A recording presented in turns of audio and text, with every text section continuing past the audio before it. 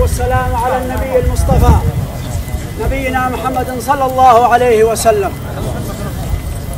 علمنا سلامتكم يا أخواننا، لا يخفى على جمعكم المبارك بأنه قد نبنا الداعي من أبناء المغفور له شامي الثوعي، حضر هذا الصف من قبيلة بني ثوعة في معية أبناء المرحوم بمناسبة زواج أخيهم على ابنة المغفور له.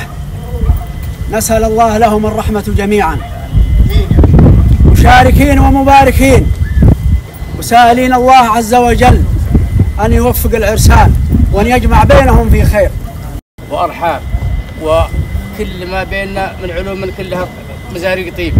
يقول لكم علينا واجب، احنا الواقفين والغايبين الذين يتبعوا ثواب.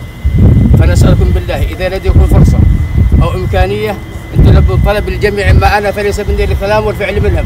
وسلامتكم ولا أسد على الأخوان. سد الجواب حياكم الله. ولا ندم، الله يبيض وجهكم.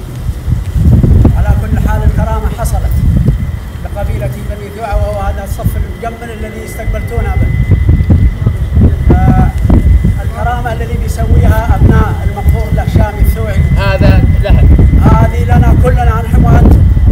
أما شيء يخصنا عندنا بني ثوعة، يخص قبيلة بني ثوعة، الكرامة عندكم يا الموسى خاصة ولا عامة؟ والله أنها تحرم